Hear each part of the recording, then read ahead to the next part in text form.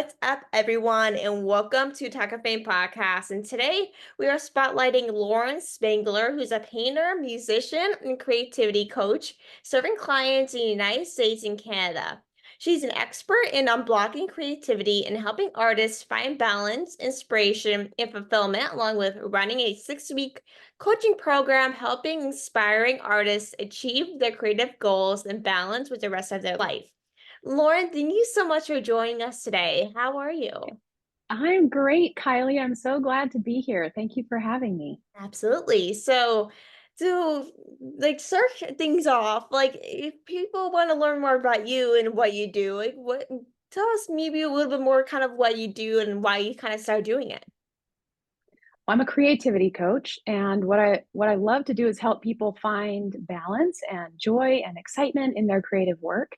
And I find that there are a lot of folks who have a really big dream or vision or a thing they'd like to create, and they have they have a challenge starting it or maybe keeping it going or finishing it. And so that's where I step in and sort of walk beside them and help them get through that creative process.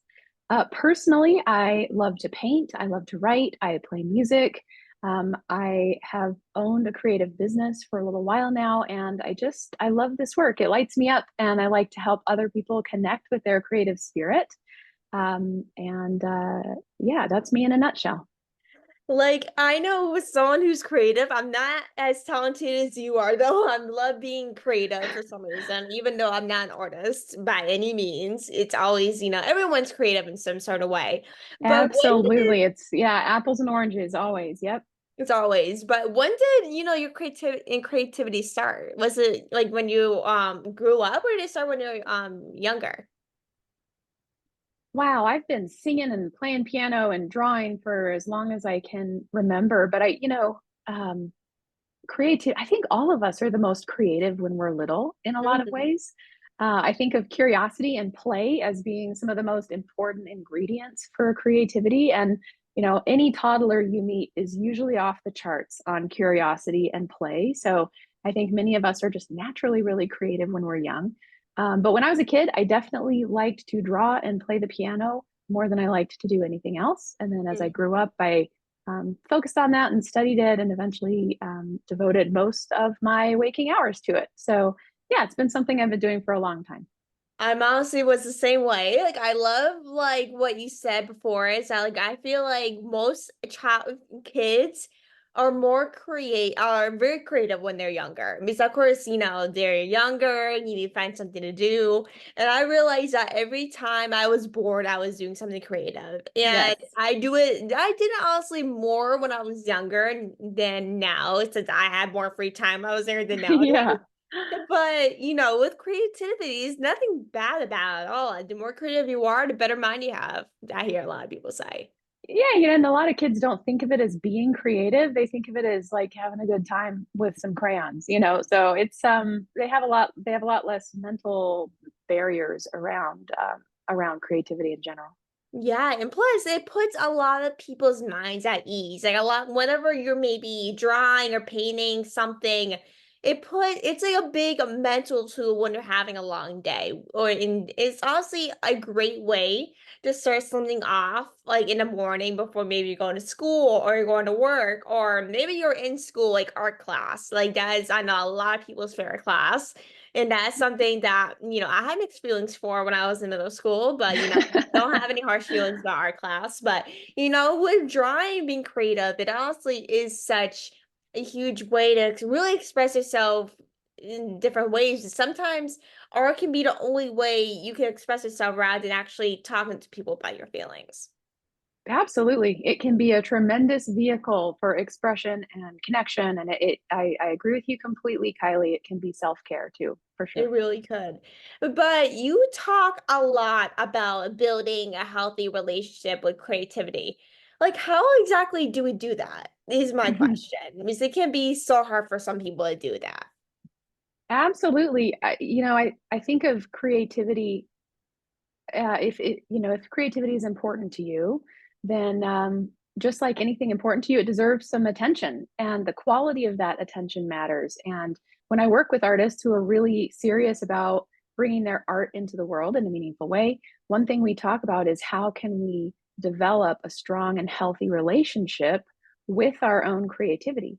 Because it's really Mhm. common for artists to sort of slip into dysfunctional relationships with their creativity where they are expecting a lot out of the relationship, but they're not putting a lot into the relationship, or they're putting a lot of pressure on themselves, or, think of it like any friendship or partnership that you've ever had. There are certain ways that you're going to spend time there. There's an amount of fun you're going to bring into it. You're going to speak about that relationship in a certain way and think about that relationship in a certain way. And so we apply a lot of those similar relationship building techniques when we're talking about creativity. And we look at the balance of what you're putting in and what you're expecting out. And it can be a pretty powerful way to boost your creativity and then just boost your overall experience when you're engaging with yourself in an artistic way. It really is like that because sometimes a lot of people rely on art, but with art, it's kind of similar to actually human relationships. Is that like sometimes when you have maybe a creative burnout, it is really the same thing as actual burnout, but in a workspace. And so when you are experiencing maybe that creativity outburst where you can't find anything, that's something that I have a question for you in a bit later in this episode. But with that burnout and trying to struggle to get to that point, it is very important to have that positive thing to really find that creative accessibility in those human relationships, even though human and artistic minds are very similar in a way. Yeah, yeah. I mean, sometimes we overcomplicate things, we can overthink things, and we can make it a lot harder than it is. When we're facing a block or burnout, it can be easy to go through this sort of overthinking spiral, and we start to make it a lot harder than it needs to be. So if we pare that back and make it a bit simpler, find an easy step we can take to make that relationship a little stronger and to start relating to ourselves in a different, maybe healthier, more productive way, it can be a good place to start. You're so right. And so with creative burnout, it can be such a big thing for individuals that are very creative and always working to find ways to be more creative and be better at their talent. But in your perspective, in your experience, like how do you deal with creative burnout? A lot of times burnout is less about the creative process and more about the process of judging our work and putting it into the market or putting it into, like, usually the thing that's burning people out isn't the work itself. Hmm. It's sort of the judgments and thoughts that they're having about the work. So Hmm. um, it can be deeply personal and it varies from person to person. For me personally, when I went through some pretty extensive, like 7 year long creative burnout, it was because I had just sort of gotten upside down in the role that art was playing in my life. And I had started to wrap a lot of, self value and a lot of personal worthiness around how people were receiving my art. And so then when I started trying to make art, I wasn't really soaking in the joy of making art. I wasn't having fun in the process of making art. I was sort of already in that place of the fear of rejection, the fear of criticism, the fear of, what if nobody likes this? What if this is bad? What if it doesn't meet the bar? And all of those sort of really fearful, um, natural but not helpful thoughts started bleeding into the creative experience, so that when I was making a painting or writing a song, instead of enjoying painting or enjoying making music, the whole time I was sort of assessing, like, is this going to be good enough? Is it going to measure up? Is it going to be, whatever? And that's a really hard place from which to feel inspired or to feel enjoyment. And so for me, each time I sat down to create, it was sort of this anxiety loop instead of being fun and enjoyable. And so, no surprise, I stopped sitting down to create because all the fun sort of drained out of it. So when we're trying to fix burnout, you figure out what is the antidote, what's the medicine for the ailment. And so for me, because a lot of mine had to do with the criticism and judgment of how my work would be received, the medicine then was just like removing all of that pressure and just not allowing that into my headspace when I sat to create, and intentionally making things that I was going to share with no one, that were just for me, that I was just going to enjoy, and finding ways to bring that enjoyment and that mindfulness and presence back into my creative experience, um, you know, was really important, because then when I started to feel that spark of enjoyment again and cultivated that and supported that, and got that really, really strong before I allowed anybody else back into that. For me, that's what got me out of the burnout and into a healthier place again. I love that you were able to really bring yourself out of that, even if it took forever to do that. Because of course, when you are doing it as much as possible, maybe every single day, it can be exhausting and be like, why am I doing this every single day? It can cause so much burnout. And when you're doing it so often, you're just like, when was the last time I actually had a break and actually had a good night's sleep without worrying that is someone going to enjoy this? Is someone going to enjoy what I'm doing? Am I actually enjoying it now as much as I used to? And asking yourself Yeah, that, questions that like yeah, you like just think about for a few days, like, is it really meant for me in a way? And should I post this or should I sell this? And so I have experience personally with that so much that I literally never sat down and actually thought, like, is it important to me or am I just doing it to keep myself busy? Or is it actually yeah, worth my time in doing it and actually getting a break for once, you know? So it's like when you're experiencing some burnout, which I experience burnout, more than I should, honestly. And so when you are burning, like when you're burnt out and you're exhausted from maybe you're working a lot or you're having to balance so many things, it means that you probably need to dismiss something and actually think like, okay, is each thing that I'm dealing with right now actually should I spend so much time on this? So it's like yeah, whenever you're being creative, it's just a matter of do I actually get so much anxiety in doing this? And is it really worth it to me and worth all the stress doing this and anything else? yeah. And we sometimes over focus on, is anybody else going to like this? And we're not asking ourselves, am I liking this? Like, am I enjoying what I'm doing? Yeah. Or we're trying to pour from an empty cup. And it's like, if we haven't done the basic self-care stuff, if we haven't allowed ourselves some enriching, inspiring experiences and taken ourselves out for a walk and like gone and done fun, enriching things, and then we're feeling low on inspiration, we can't be too surprised about that either. So like, before you're trying to output, think about what you need and what sort of makes you feel like inspired and excited and like you're ready to go put something out before you sit down and ask yourself to do so. I know, Yeah. because like I know sometimes a lot of people feel so surprised when they're burnt out. Like why people like, why am I so burnt out? Like I barely did anything. All I did was create. But when you're create, like you're using your brain more than you actually know because it's your mind creating all those ideas that you're just writing it down on paper. And sometimes when you're creating things, it can put your brain to work to the point where you're just exhausted. It can being a creative individual. So it can be so exhausting for some people. Yeah. Yeah. And with having that so many ideas, it can be very stress related and it really could bring so many ideas and frustrating to the point where you just like it really brings yourself to realize like, okay, like how much creative ideas can I take at once, Yep. But like, of course, you have kids, and I read, did your kids get a creativity after they're born? Like, did it kind of help you? Yeah. So I have two little boys. One is 5 and one is 3. And, uh, when my younger son was born, I wasn't making a lot of work at that time. I wasn't super consistent with what I was doing. I had a toddler running around the house. I had a job. I had laundry and dishes and all the things that keep moms and dads really busy.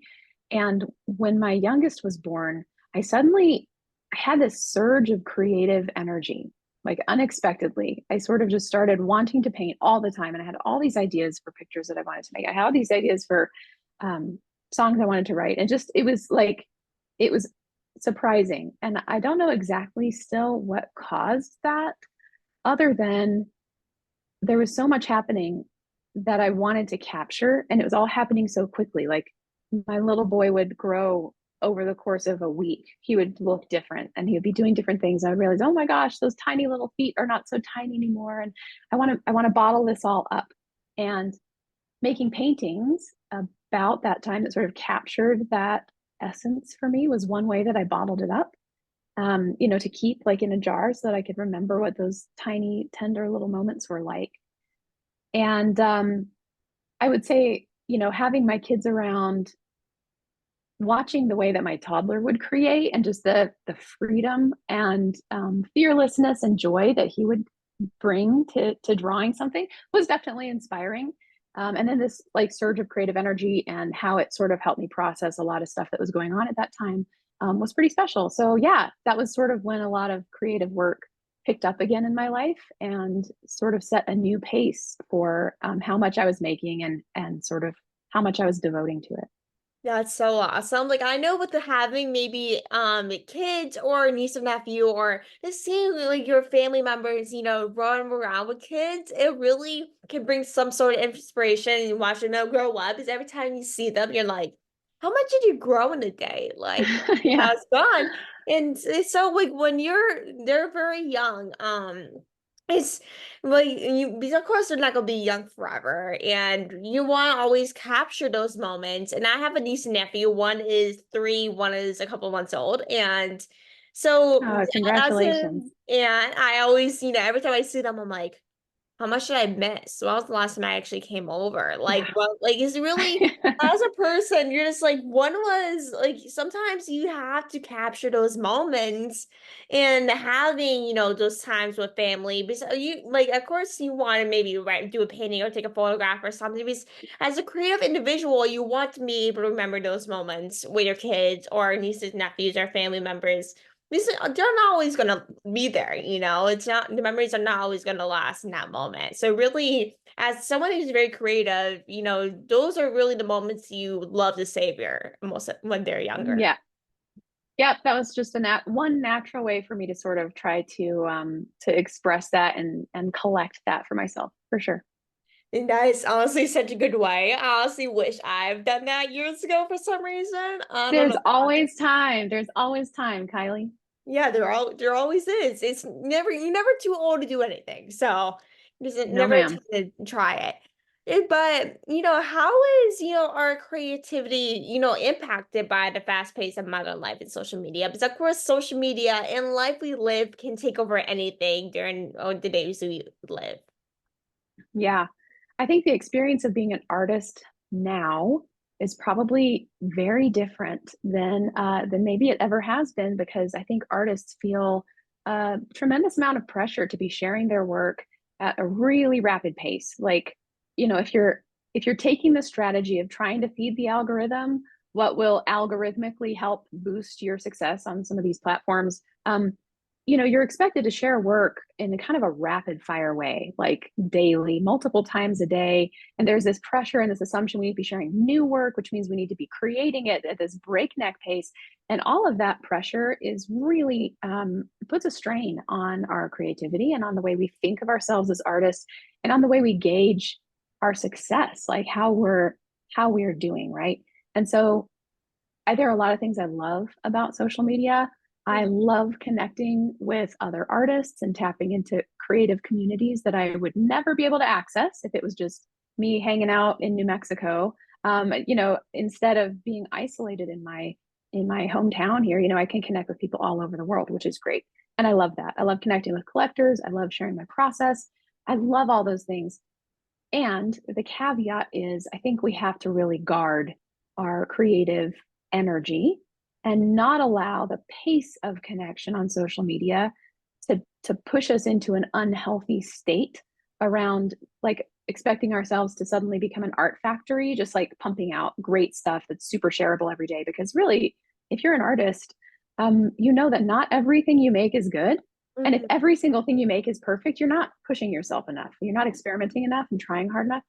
And so a healthy artist often makes pieces that they don't want to share, that didn't turn out the way they wanted to because they're building a new skill or experimenting with a new approach.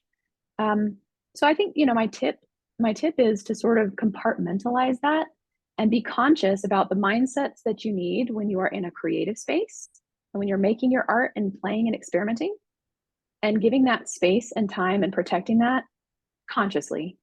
And then cultivating different mindsets and sort of like wearing a different hat when you're thinking about how to share your work and how to connect with people on social media.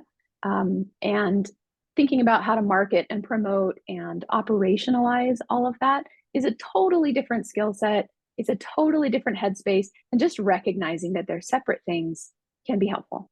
You really could, because of course, as an artist, you're not going to love everything you do. Like, if you do, then maybe you're not pushing yourself harder than Yeah. you originally are. But you can't like every painting you make or everything you create. Like, as I look back on these episodes I did, I honestly sometimes wanted to delete them, is how bad it was. Not the I get that. gas. I don't mind the gas. It doesn't, it's nothing Yeah. against the gas, but it's just like I just can't help but hate the way I did, how I approached it. And that's the way most people approach, is that like not everyone's going to love their work. Not everyone's going to love a certain thing they do, and that's okay. Not everyone's going to like what they do. Everyone's going to judge themselves. I judge myself all the time, and I don't mind that at all. It's something that I love to do. But judging yourself is not a bad thing. It's even if you don't judge Yeah. yourself, there's always, not you're not gonna love everything you do. Like even if you don't want Yeah. to judge yourself, there's someone to judge yourself for you. It's not everyone's Yeah. gonna like your There's a paint. healthy piece. There's a healthy piece to that of self awareness. Looking back at a podcast episode that you hosted a while ago and being able to take a healthy critical eye to that and say, okay, that's interesting. I noticed myself doing this pattern over and over. I noticed myself having this instinct or whatever. And I'd rather do that differently next time. That's learning. That's improving. That's Mhm. just being honest and going, okay, I could up my game. I've been there too. Absolutely. When I started doing podcasts, I tripped all over my words. I told stories in a really weird way. And I look back at those and go, oh man, that's on the internet forever. Awesome. I know Great. that's the Wish I worst could. part about it, is that I, everywhere that yeah, you it's can find it. immemorialized. But here's the thing, you wouldn't be doing podcasts the way you are now if you hadn't started somewhere, right? It's one of the stepping stones. And so instead of beating ourselves up when we take that look back, we can learn from, we can understand how to do better, maybe if we want to kind of up our game or raise the bar for ourselves. And then we can just have compassion and go, yeah, Lauren of 6 months ago, she had no idea how to be on podcasts, or Kylie was still learning how to be a host, whatever. And just have compassion to that past version of ourselves and extend a little bit of grace. And then just keep trying, right? Keep improving, grow and improve. That's my motto. You're so correct. Like everything is a learning experience. Like everything that you try, whether it's starting a podcast or going on different podcasts or trying something new, everything is worth a try. Like no matter if you don't like it or you love it, everything's worth it because you have no idea if you're gonna like it, even though you think it's horrible. And basically, when you start everything, like whether you're trying, it's probably gonna be horrible anyway. It's probably Yeah, not gonna be the best thing ever. And that's okay. At least you're trying. As long as you get past and doing it all the time, things become better for you. Not everyone's a pro at everything. No one knows it all. So it's always worth the that's right. process and at least trying at something. That's right. Because, we never fail. We succeed or we learn. Right. And so there's always a win to be For had. sure. And to kind of wrap things up, like tell us, more about your 6 week coaching program. I definitely would love to learn more about that. Yeah. Oh, I'm so excited about it. I've been working with private clients for a long time, and I've been walking beside people when they go through this transformation from feeling like blocked and like there are all these projects they want to work on, but they don't know how it fits in their life and they don't know whether to call themselves an artist, and they're just not stepping into that identity that they know is there for them, and helping take them into a place where they're feeling confident and fulfilled. They're making the work that matters. They're sharing it in a way that feels good. I love seeing people go through that change and bring their inner artist forward. That's really, really gratifying to me. And so I have been playing around for a while with how to compress that timeline for people so that instead of that transformation taking a year, could I help someone do that in 6 months? Could I help someone do that in 3 months? Could I help someone do that in 6 weeks? And so I've now created a framework that does walk someone through that transformation in 6 weeks. And I'm really excited. We're bringing students into the program. We're seeing exciting results and changes for them already. And yeah, I'm just thrilled. Yeah, that's so awesome. Like to have, a coaching thing is always very fun to help teach other people some things because, of course, mentorship and learning from other people is very important. That experience in your field, but that's something not a lot of people need is mentorship and learning about some things, whether it's, painting or, different, very different things. And they don't have, maybe sometimes people don't have access to that. So to be able to access something for a couple of weeks, no matter the program, is always very rewarding. Yeah. Yeah, I hope so. I hope it helps people. It's exciting to see the impact it's already having with some people. And yeah, we don't, I'm not providing you know, specific lessons in any particular creative art. Mhm. So we have people from across the board. I have painters, musicians, I have writers, novelists. So this framework really applies. It's about improving the relationship with creativity, and that's applicable for people in all sorts of different fields, no matter what art you actually practice. So that's another fun part too, is I get to meet all these different artists who practice all these different crafts, and getting to learn about all that has been a blast. Honestly, I wish I had something like that when I was growing up.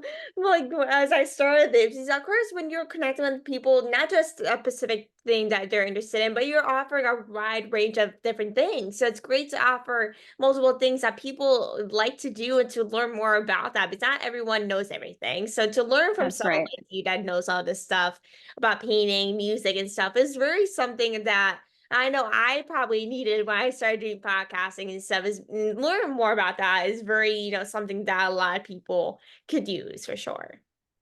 Well, I sure hope so. I hope it helps people. I'm sure it does. But thank you everyone for listening. I hope everyone enjoyed this episode as much as I did. Make sure to subscribe, rate, like whatever's on your platform. Every platform is different, of course. But I really appreciate you, Lauren, for joining us today. Thank you, Chris, for connecting us and referring. It's always I really appreciate it. It means so much. But thank you so much, Lauren, for joining us. And I absolutely love having you on. And thank you for coming on again time. Thank you so much for having me, Kylie. This has been a blast.